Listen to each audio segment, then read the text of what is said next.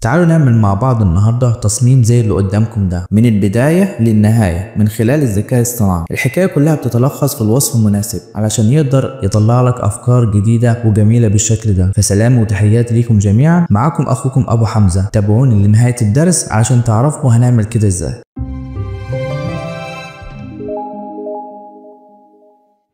اول حاجه هنعملها هنروح على شات جي بي تي علشان نوصف المشهد اللي احنا محتاجينه او الفكره اللي في دماغنا واحنا محتاجين يولد لنا شكل مناسب ليها. هنكتب محتاج تصميم طبي عن العيون. الفكره عباره عن عيون كبيره جالسه على كرسي جل باللون الاصفر وامامها شاشه كمبيوتر او تلفزيون مع الاضاءه الواقعيه، مشهد جذاب 3D. ده الوصف اللي احنا هنكتبه على شات جي بي تي ونشوف هيطلع لنا افكار عامله ازاي.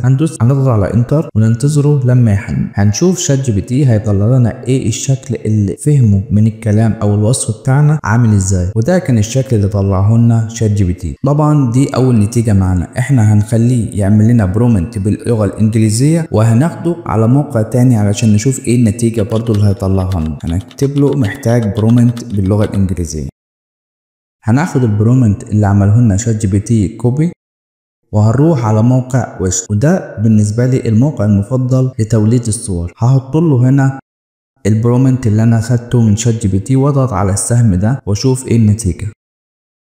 دي كانت اول نتيجه معانا. طبعا هنعمل تعديلات بسيطه من خلال البرومنت. انا مش محتاج الرجل دي في التصميم بتاعي، فهقول له بدون ارجل. يعني هنعدل نقول له محتاجين تعديل على البرومنت محتاج العيون بدون ارجل، وهناخد برضو البرومنت نسخ وهنروح على نفس الموقع وهنحطه هنا ونضغط على السهم. ودي كانت النتيجة التانية معايا، بس برضو لسه ما وصلتش للشكل المناسب اللي انا محتاجه. بروح على موقع الترجمة هنا واكتب بدون ارجل او لا احتاج واخدها واضيفها للبرومنت اللي معايا وهنا واضغط على السهم. برضو لسه النتيجة مش هي دي اللي انا محتاجها. هفضل ادوس وابحث وادور لحد ما اوصل للشكل المناسب اللي في دماغي علشان اختاره. هنا بدأ يفهم شوية، شال الرجول، بس هنا اضاف لي الايدين واكتب له لا احتاج ايدي. هاخد البرومنت على موقع الترجمة وهحاول احسن الكلام بتاعه علشان تظهر لي الفكرة بالشكل اللي انا محتاجه. يعني هنا هشوف الكلام المكتوب ايه: مشهد داخلي عصري بالوان دافعة مع عيون بشرية كبيرة واقعية، وهكذا الى اخر الكلام، مع شاشة كمبيوتر او تلفزيون مضيئة، تصميم ثلاثي الابعاد. هاخد الكلام ده بعد ما عملت له فلترة على موقع الترجمة واروح اضيفه على نفس الموقع هنا واضغط بالسهم كده. بدأت تظهر لي الصور اللي انا زي الفكرة اللي في دماغي، بس لسه برضو محتاج ابحث او اشوف افكار تانية لحد ما اوصل للنتيجة اللي انا محتاجها. الشكل ده قريب للفكرة اللي في دماغي او الشكل اللي انا رسمه في خيالي. ممكن ناخد الوصف برضو او البرومنت ده ونروح على موقع نانو بنانا ونشوف ايه النتيجة اللي هيطلعها لنا او التصميم اللي هيدينا او الفكرة المناسبة. انا شايف برضو ان دي نتيجة لا بأس بها، يعني نتيجة كويسة. بس هنشوف برضو افكار تانية. بنضغط على علامة النجمة هنا نشوف يعمل لنا فكرة او شكل جديد.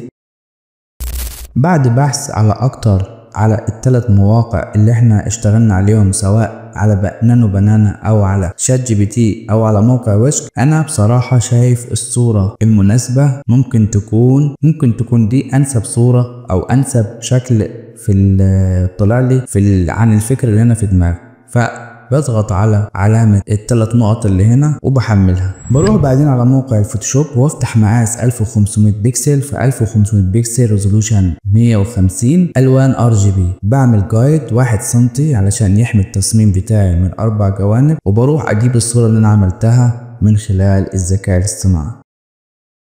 بضيف الصورة زي ما انتم شايفين على التصميم وهي جاية بالمقاس بالظبط، لان انا كنت مختار الشكل مربع، وابدأ اظبط الاضاءة والالوان بتاعتها بضغط على كنترول ام واغمق شوية الالوان بحيث يبان تأثير الشاشة على العيون اللي هو خطر او مشاكل الشاشة بالنسبة للعيون بالشكل ده. بعدين بكتب الجملة بتاعتي: احذر عيونك من الشاشات.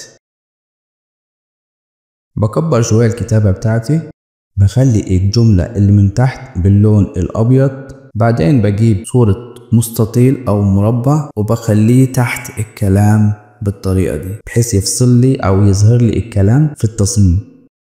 بخلي الدرجة باللون الازرق الفاتح او الازرق الغامق شوية، باخد منه نسخة تانية وبخليه اسفل الكلمة كلمة شاشات. هنا ممكن اخلي المود بتاعه على كلر بالشكل ده.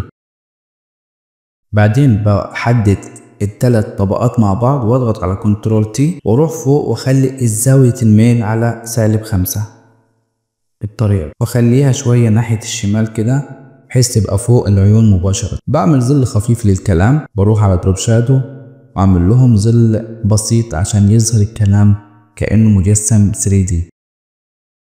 بعدين بروح اجيب زي جهاز انذار او تحذير عشان يلفت الانتباه لخطر الشاشة على العيون. بجيب الشكل ده وافتحه على الفوتوشوب واخد اللي هي باللون الاحمر، اصغر الحجم بتاعها شوية واخليها اسفل العيون. بغمق الالوان بتاعتها شوية، بضغط على كنترول ام واخد منها طبقة تانية بضغط على كنترول جي وبخلي الطبقة اللي بالاسفل باللون الاسود علشان دي هتبقى الظل بتاع جهاز الانذار. بعدين بضغط على كنترول تي واضغط على كنترول واميل الشكل بالطريقة دي.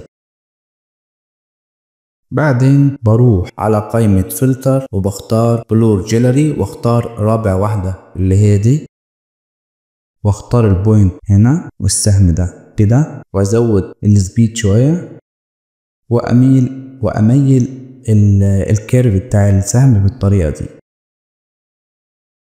اغير المود بتاعه بخليه على مالتبلاي واخلي التأثير او الشفافية بتاعته على 80%. بعدين بعمل اضاءة للشكل الانذار او جهاز الانذار، بروح افتح ملف الاضاءة ده وباخد الشكل ده واحطه من قدام كده. بغير المود بخليه على سكرين واكبر الحجم بتاع الاضاءة بالطريقة دي، وبغير اللون بتاعها بضغط على كنترول يو وبخلي اللي فوق -15 بحيث تديني اللون الاحمر واخلي دي على 10. بعدين بعمل طبقة جديدة واختار اداة الفرشة واعمل اظلل الجزء اللي تحت ده شوية بحيث تبان ان هي واقعية اكتر من كده. وده كان الشكل النهائي بتاع التصميم بتاعنا النهاردة. طبعا من البداية احنا ما عملناش حاجة، يعتبر احنا كتبنا الفكرة او كتبنا الوصف المناسب لشات جي بي تي وهو استخرج لنا البرومنت بطريقة مناسبة. وعود نفسك كل ما يكون الوصف بتاعك دقيق كل ما تكون النتيجة بتاعتك كويسة ومبهرة. اتمنى الدرس بتاع النهاردة يكون عجبكم واستفدتوا منه. ما تنسوش الاشتراك في القناة والدعم بتاعكم الجميل،